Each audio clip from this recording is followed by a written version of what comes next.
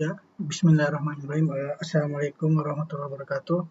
Saya Zufar Muhammad di sini sebagai mahasiswa Universitas Cakrawala, Fakultas Sistem Teknologi Informasi, ingin menjelaskan bagaimana pemahaman saya dan juga uh, solusi yang saya berikan dalam uh, case studi kasus aplikasi transportku ini. Jadi yang pertama yang harus kita lakukan adalah kita harus menganalisis terlebih dahulu apa permasalahannya pada aplikasi transportku ini dan apa yang ingin ditambahkan oleh dan apa yang ingin ditambahkan oleh kita yang diperlukan oleh para pengguna dan juga para investor. Dari sini kita bisa lihat ya, dari point of view-nya pengguna, mereka tuh merasa bahwa komuter menginginkan notifikasi real time tentang gangguan layanan dan alternatif rute. Kemudian para wisatawan juga mereka membutuhkan informasi tentang rute pariwisata ataupun tiket khusus untuk turis. Untuk para pengguna yang penyandang disabilitas juga mereka memerlukan informasi tentang fasilitas dan kendaraan yang bisa mereka gunakan. Dari pengguna yang pelajar dan mahasiswa juga menginginkan info atau penawaran khusus dan rute ke institusi pendidikan mereka. Nah, kemudian di sini tantangan teknis yang dihadapi oleh kita yaitu kita harus bisa mengintegrasikan data-data dari berbagai operator transportasi dengan sistem yang berbeda-beda. Kemudian memastikan keamanan data pengguna dan transaksi pembayaran. Lalu mengembangkan algoritma rute optimal yang mempertimbangkan berbagai moda transportasi. Nah, kemudian menyediakan informasi real time yang akurat tentang kedatangan dan keberangkatan. Kemudian kita harus bisa mengakomodasi penggunaan offline dalam area dengan konektivitas terbatas. Saya sudah memasukkan jawabannya, kurang lebih seperti ini. Oh ya, sebelumnya di sini objektif yang saya harus lakukan adalah saya harus bisa menganalisis skenario yang diberikan untuk mengidentifikasi objek-objek potensial serta atribut dan metodenya. Yang kedua, saya harus buat hubungan antar objek dengan penerapan 4 pilar object-oriented programming, yaitu encapsulation, inheritance, polymorphism, abstraction. Saya harus bisa menerapkan keempat sistem ini di study case ini. Jadi ini ya, saya di sini akan membahas saya akan membahas objek-objek potensial serta atribut dan metodenya. Pertama sini user. Atribut user ini seperti ID user gitu namanya, nama para pengguna, ID unik untuk masing-masing pengguna. Masuk dengan nama penggunanya. Lalu alamat email pengguna, kemudian nomor telepon pengguna, jenis kelaminnya, kemudian status penggunanya. Apakah seorang pengguna tersebut itu adalah seorang pelajar ataupun turis, apakah mereka itu penyandang disabilitas dan lain-lain. Kemudian dengan metodenya kita pakai metode login gitu. Jadi login masuk ke dalam sistem. Daftarnya juga daftar menggunakan pengguna baru ke sistem, update profil gitu, mengupdate profil pengguna misalnya perubahan nama email atau preferensi transportasi. Pembayaran kita metodenya memproses pembayaran untuk perjalanan. Yang kedua transportasi, atribut transportasi ini ID transportasi, yaitu ID unik untuk moda transportasi. Kemudian nama transportasi, nama moda transportasi itu seperti Transbus, kayak komuter, perahu kota dan lain-lain. Rutenya, rute yang akan dilalui oleh moda transportasi tersebut, jadwal kedatangan dan keberangkatan, dan statusnya seperti apa, misalnya beroperasional, delay, atau maintenance. Metode yang kita gunakan yaitu perbarui jadwal, memperbarui informasi jadwal transportasi, cek status gitu untuk supaya kita bisa tahu mode transportasinya sedang delay atau beroperasi dengan normal, atau integrasi sistem, mengintegrasikan data dari sistem transportasi yang berbeda. Kemudian jadwal, atribut jadwal di sini adalah ID jadwal, ID unik di setiap jadwal itu tersebut. Kemudian tanggal keberangkatannya, lalu waktu keberangkatannya jam berapa gitu. ID transportasi menghubungkan dengan moda transportasi yang memiliki jadwal. Rute perjalanan pada waktu tertentu. Metodenya di sini kita menggunakan perbarui jadwal transportasi, menampilkan jadwal sesuai dengan preferensi pengguna. Misalnya waktu tertentu dan rute tertentu.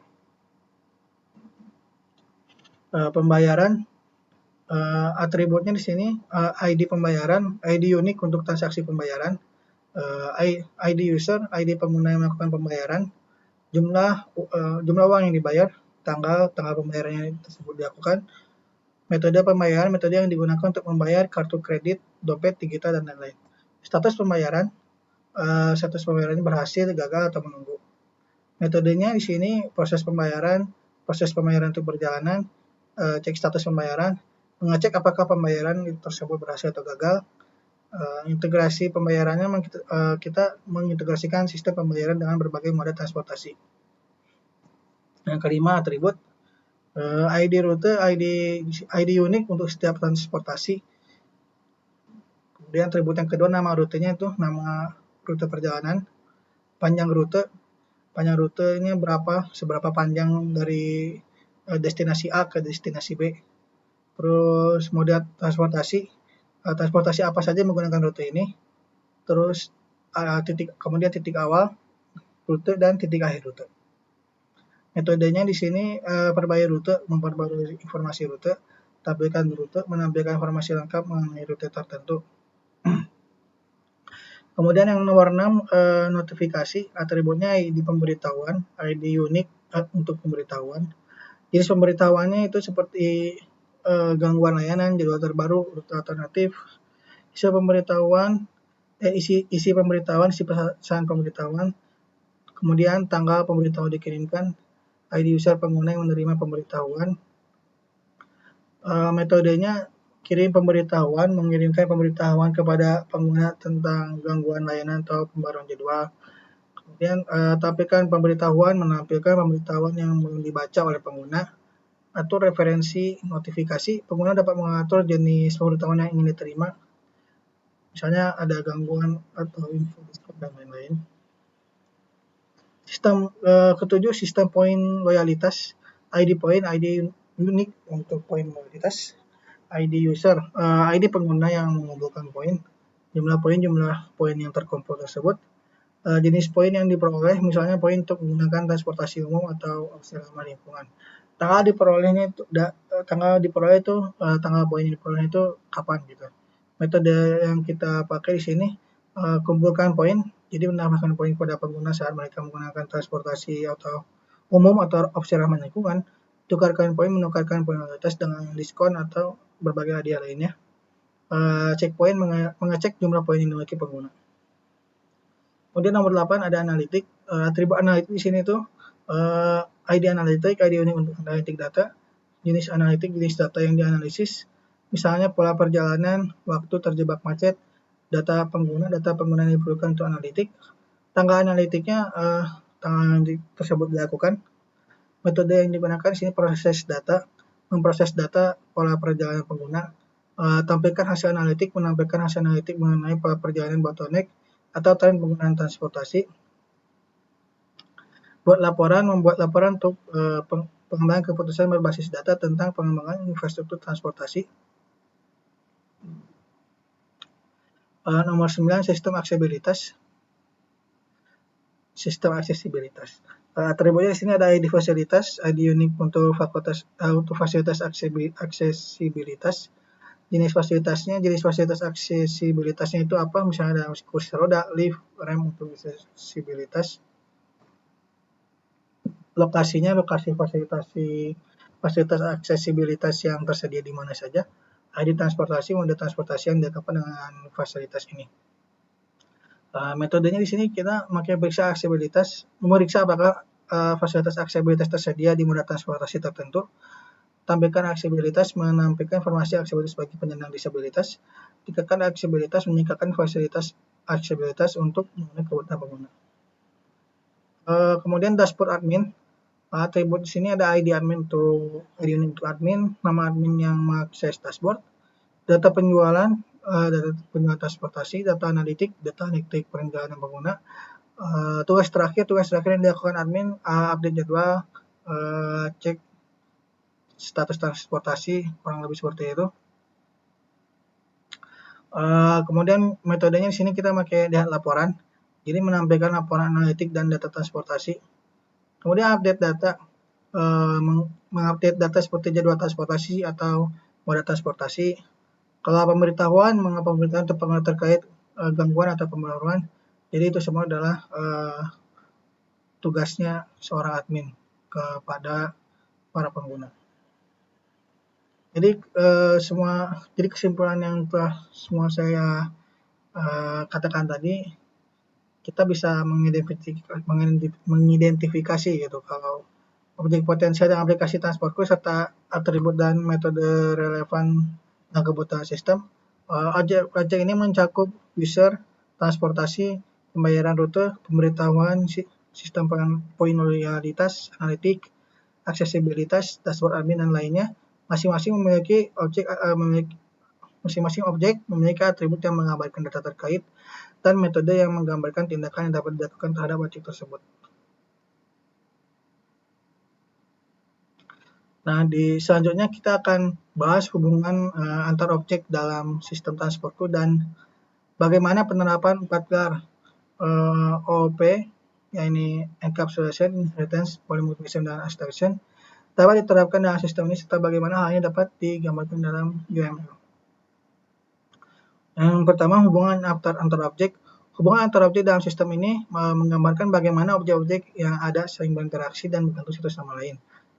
Di sini ada beberapa contoh gitu ya yang bisa menjelaskan hubungan antar objek yang dapat ditemukan dalam aplikasi transportku ini.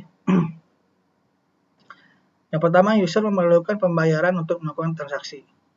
Kedua, transportasi memiliki banyak rute. Ketiga, transportasi dapat menerima banyak review dari user. Keempat, router digunakan oleh transportasi untuk menentukan jalur perjalanan. Kelima, hubungan antara pembayaran dilakukan oleh user untuk setiap transportasi yang digunakan.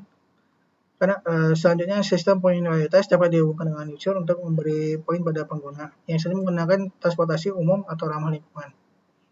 Kemudian pemberitahuan dikirimkan ke user untuk mengenai informasi terkait gangguan layanan. Analitik digunakan oleh admin untuk memantau dan menganalisis data para perjalanan pengguna. Kemudian di sini ada penerapan 4 pilarnya. Yang pertama, enkapsulasi. Jadi definisi dari enkapsulasi yang pertama ini adalah proses pengemasan data, atribut, dan metode dalam satu unit serta membatasi akses ke data tersebut hanya melalui metode yang ditentukan. Jadi jika kita menerapkan enkapsulasi ini ke aplikasi transportku, jadi setiap objek misalnya user, pembayaran, transportasi memiliki atribut yang dapat diakses atau dimodifikasi melalui metode yang ada di dalam kelas tersebut. Contoh, kelas user memiliki atribut seperti nama, email, nomor telepon yang hanya dapat diakses atau diubah melalui metode seperti update profile. Kemudian inheritance itu adalah pewarisan yang memungkinkan suatu kelas untuk mewarisi atribut dan metode dari kelas lain, yang memungkinkan penggunaan kembali kode dan mengurangi redundansi. Penerapannya, kelas transportasi dapat menjadi kelas induk dengan kelas-kelas seperti bus, kereta, perahu, monorail, yang mewarisi sifat dan perilaku umum dari kelas transportasi. Contohnya bus, kereta, dan perahu kota mewarisi atribut ID transportasi, nama transportasi dan rute dari transportasi, tetapi dapat memiliki metode spesifik masing-masing. Misalnya cek rute bus, cek jadwal kereta, dan lain-lain. Polymorphism, yang terus ketiga polymorphism. Polymorphism adalah memungkinkan objek yang berbeda untuk merespon metode yang sama dengan cara yang berbeda. Kalau misalnya diterapin ke ini sistemnya transportasi dapat memiliki metode seperti cek status yang dapat diimplementasikan secara berbeda oleh bus, kereta, atau perahu kota. Tergantung gimana setiap jenis transportasi memiliki statusnya. Contoh, ketika cek status dipanggil pada objek bus dan kereta, keduanya memberikan hasil yang berbeda berdasarkan status operasional masing-masing moda transportasi. Yang terakhir adalah abstraksi. Abstraksi adalah konsep menyembunyikan implementasi rinci dan hanya menggunakan fungsionalitas penting kepada pengguna. Jika diterapkan di sistem transportku, kelas transportasi dapat menjadi kelas abstrak yang hanya mendefinisikan metode umum, misalnya cek status, perbarui jadwal, sementara implementasi rinci dari metode-metode tersebut akan dilakukan di kelas turunan seperti bus kereta dan perahu kereta.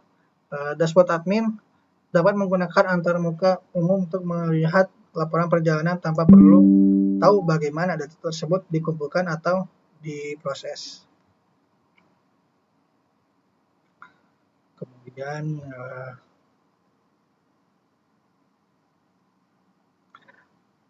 bisa dilihat gitu kan secara singkat kelas diagramnya gitu. Ini user dan ini atributnya yang dimiliki, ID user, string, nama, string email, string nomor telepon, string, bayarannya juga sama memiliki atribut tersendiri. Dan juga ini adalah kalau kita lihat penjelasannya gitu kan. Kalau dilihat dari penjelasan kelas diagram, user kelas ini berfungsi untuk menyimpan informasi pengguna dan menyediakan metode untuk login, mendaftar, dan memperbarui profil. Atributnya seperti ID, user, nama, email, dan lain-lain. Terus untuk pembayaran, jadi kelas ini mengatur proses pembayaran, memverifikasi status pembayaran, dan menggelar transaksi. Terus kemudian transportasi, kelas ini adalah kelas induk yang memiliki atribut umum untuk semua jenis transportasi. Metode seperti cek status dapat diimplementasikan secara berbeda di kelas turunannya. Rute kelas yang menyimpan informasi rute transportasi, bus, kereta, perahu kota. Kelas-kelas ini mewarisi transportasi dan mengimplementasikan metode spesifik mereka masing-masing. Misalnya cek rute bus, cek jadwal kereta, cek status perahu. Dan kesimpulan yang bisa kita ambil dari UML kelas diagram ini, kita bisa melihat gitu bagaimana objek-objek saling terhubung dalam sistem transportku dan bagaimana prinsip OOP diterapkan dalam desain sistem. Setiap kelas memiliki atribut yang dibungkus dalam objek dan diakses hanya dengan metode yang ditentukan. Encapsulation. Beberapa kelas dapat mewarisi dari kelas induk untuk meminimalkan duplikasi kode inheritance, dan metode yang sama dapat memiliki implementasi berbeda-beda pada kelas yang berbeda, yaitu polymorphism. Terakhir, kelas abstrak seperti transportasi menyembunyikan detail implementasi dan hanya menunjukkan antarmuka umum, yaitu abstraction.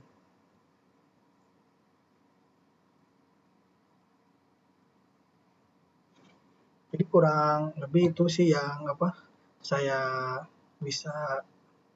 saya pahami gitu, pemahaman saya mengenai dari study case yang transportku ini, yang menjelaskan objek-objek potensial apa saja yang bisa saya ketahui gitu, atributnya dan bagaimana metodenya. Kemudian juga saya menjelaskan bagaimana sih kita dapat menerapkan pilar OOP ini, Encapsulation Inheritance Polymorphism Abstraction ini, seperti apa dan bagaimana cara kerjanya. Mungkin itu saja dari saya. Kalau misalnya penjelasan saya kurang detail ataupun penjelasan saya ada sedikit kekeliruan di dalamnya, saya mohon maaf atas kesalahan saya. Jadi hanya itu saja yang saya bisa sampaikan. Terima kasih. Wassalamualaikum warahmatullahi wabarakatuh.